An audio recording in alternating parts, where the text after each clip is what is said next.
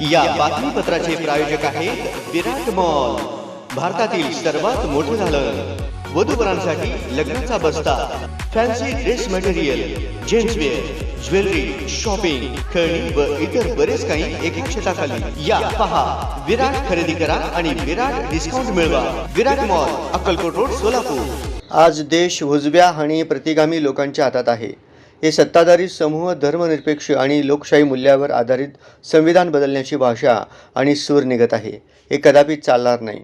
या देशाची राज्यघटना बदलून मनोवाद आणण्याचा प्रयत्न जनता हाणून पाडतील, असा इशारा ज्येष्ठ नेते माजी आमदार कॉम्रेड नरसय्या आडम मास्तर यांनी दिला. आघाडी मजबूत होणं,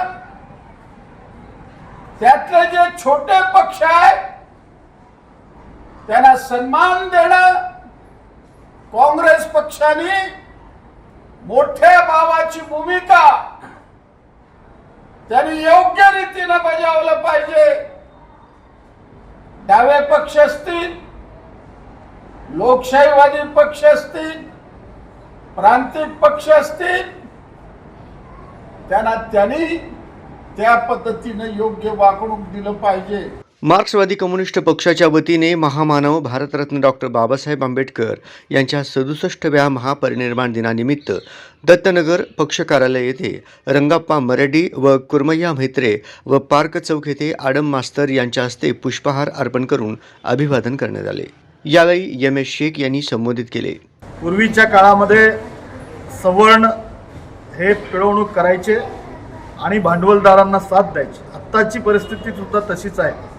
आज देशामध्ये नरेंद्र मोदीचं भाजपचं सरकार आहे आणि या सरकारची जाणीवपूर्वक असा प्रयत्न राहिलेला आहे की या देशामधलं आरक्षण पूर्णपणे संपवून टाकायचं.